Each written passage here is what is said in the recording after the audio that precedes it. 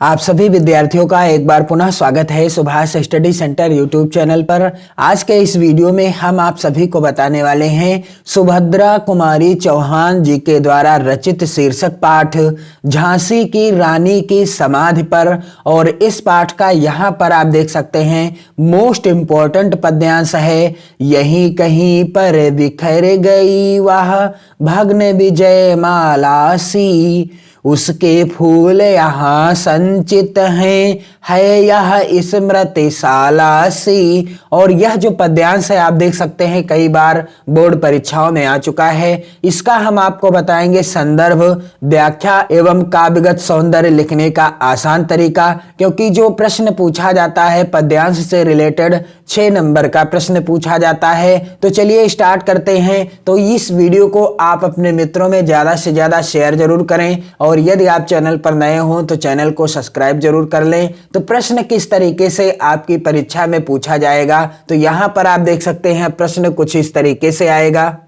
प्रश्न संख्या 4 जो कि इस प्रकार से पूछा जाएगा, निम्नलिखित पद्यांशों में से किसी एक पद्यांश की संदर्भ सहित व्याख्या कीजिए और उसका काव्य सौंदर्य भी स्पष्ट कीजिए या काव्यगत सौंदर्य भी लिखिए। तो यहां पर आप देख सकते हैं 4 का और 4 खा 2 पद्यांश दिए गए हैं। आपको किसी एक पद्यांश का संदर्भ लिखना है, व्याख्या करनी है और काव्यगत सौंदर्य भी लिखना है, जिसके लिए आपको यहां से कुल 6 नंबर मिलेंगे।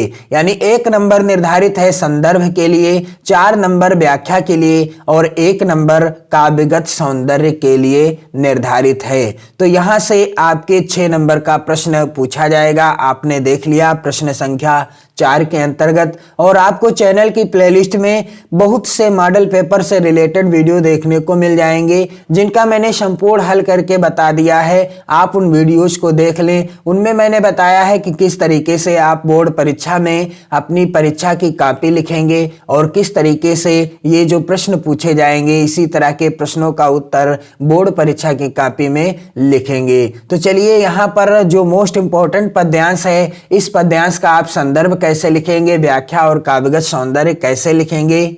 सबसे पहले आपको क्या करना है, पद्यांश के शुरुआती शब्दों को यानी प्रारंभ के शब्दों को और अंतिम के शब्दों को कुछ इस तरीके से लिख लेना है। किसी भी पद्यांश का आप संदर्भ, व्याख्या और काव्यगत सौंदर्य लिखें तो आपको सेम यही कार्य करना है। पद्यांश के शुरुआती और अंतिम के शब्दों को इस तरीके से लिखना है। फिर आपको हेडिंग डालनी है संदर्भ। क्या हेडिंग डालनी है? संदर्भ। और क्या हो जाएगा संदर्भ? यहां पर आप देख सकते हैं प्रस्तुत पंक्तियां हमारी पाठ पुस्तक हिंदी में संकलित झांसी की रानी की समाधि पर, हिंदी में संकलित झांसी की रानी की समाधि पर शीर्षक कविता से उद्धृत हैं। किस पाठ से ली गई हैं? झांसी की रानी की समाधि पर शीर्षक कविता से उद्धृत या अवतरित हैं। और यह कवयित्री सुभद्रा कुमारी चौहान द्वारा रचित त्रिधारा से ली गई हैं। और ये जो कविता है यह सुभद्रा कुमारी चौहान जी के द्वारा रचित उनकी प्रमुख रचना त्रिधारा से ली गई है।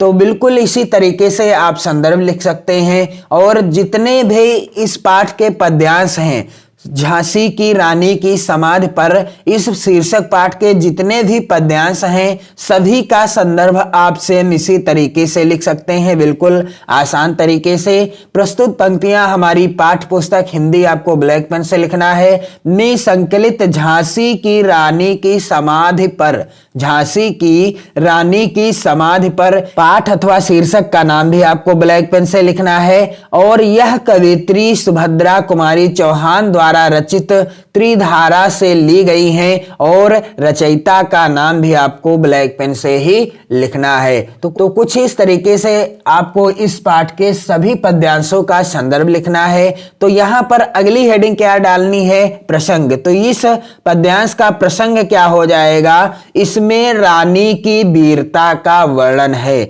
दिए गए पद्यांश के अंतर्गत सुभद्रा कुमारी चौहान जी ने महारानी लक्ष्मीबाई की वीरता का बड़ा सुंदर और रोचक वर्णन किया है। तो चलिए क्या हो जाएगी इस पद्यांश की व्याख्या। तो पहले मैं आपको बता दूं आसान व्याख्या, फिर हम आपको बताने वाले हैं कि व्याख्या और काव्यगत सौंदर्य कैसे आप लिखेंगे।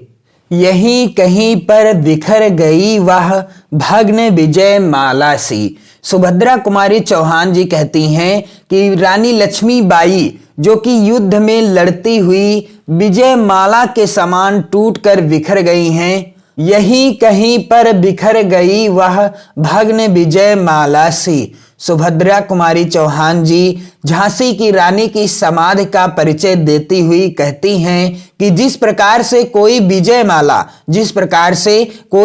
माला टूट कर बिखर जाती है, उसी प्रकार से झांसी की रानी के अंग कटकर जहां बिखरे होंगे वह स्थान यही कहीं यानी इस समाधि के आसपास ही रहा होगा। यहीं कहीं पर बिखर गई वह भग्न विजय माला सी, उसके फूल यहाँ संचित हैं, है यह स्मृति शाला सी। सुभद्रा कुमारी चौहान जी महारानी लक्ष्मीबाई की समाधि को देखकर कहती हैं कि जिस प्रकार से एक विजय माला यानी एक पुष्पमाला टूटकर बिखर जाती है, उसी प्रकार से महारानी लक्ष्मीबाई अपनी वीरता और कौशल के साथ इसी स्थान पर बलिदान हो गई होंगी और उनके शरीर के अंग कटकर यहीं कहीं पर बिखर गए होंगे जहां पर आज यह समाधि बनी हुई है। उसके फूल यहाँ संचित हैं, है यह स्मृति शाला सी। और क्या कहती हैं सुभद्रा कुमारी चौहान जी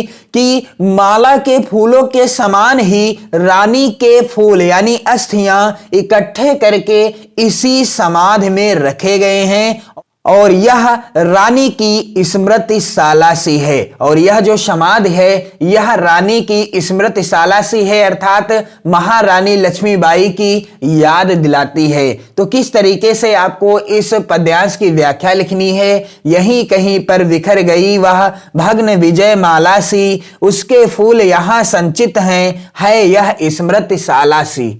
इस तरीके से आपको हेडिंग डालना है व्याख्या। और क्या हो जाएगी व्याख्या कि यहीं कहीं पर बिखर गई वह भग्न विजय माला सी। कवित्री झांसी की रानी की समाधि का परिचय देती हुई कहती हैं कि जिस प्रकार से कोई विजय माला टूट कर बिखर जाती है, उसी प्रकार झांसी की रानी के अंग कटकर जहां बिखरे होंगे वह स्थान यहीं कहीं इस समाधि के आसपास ही रहा होगा।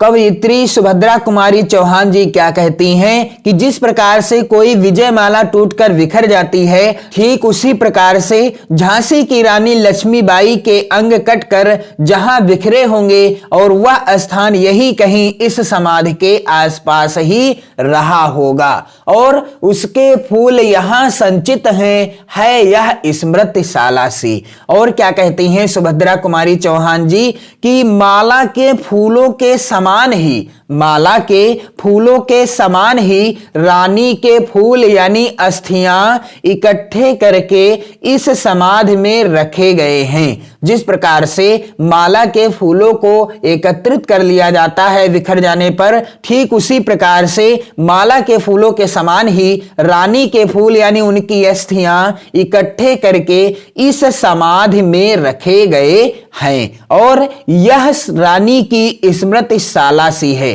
और यह समाधि रानी लक्ष्मीबाई की स्मृति शाला सी है, अर्थात हमें रानी लक्ष्मीबाई की याद दिलाती है।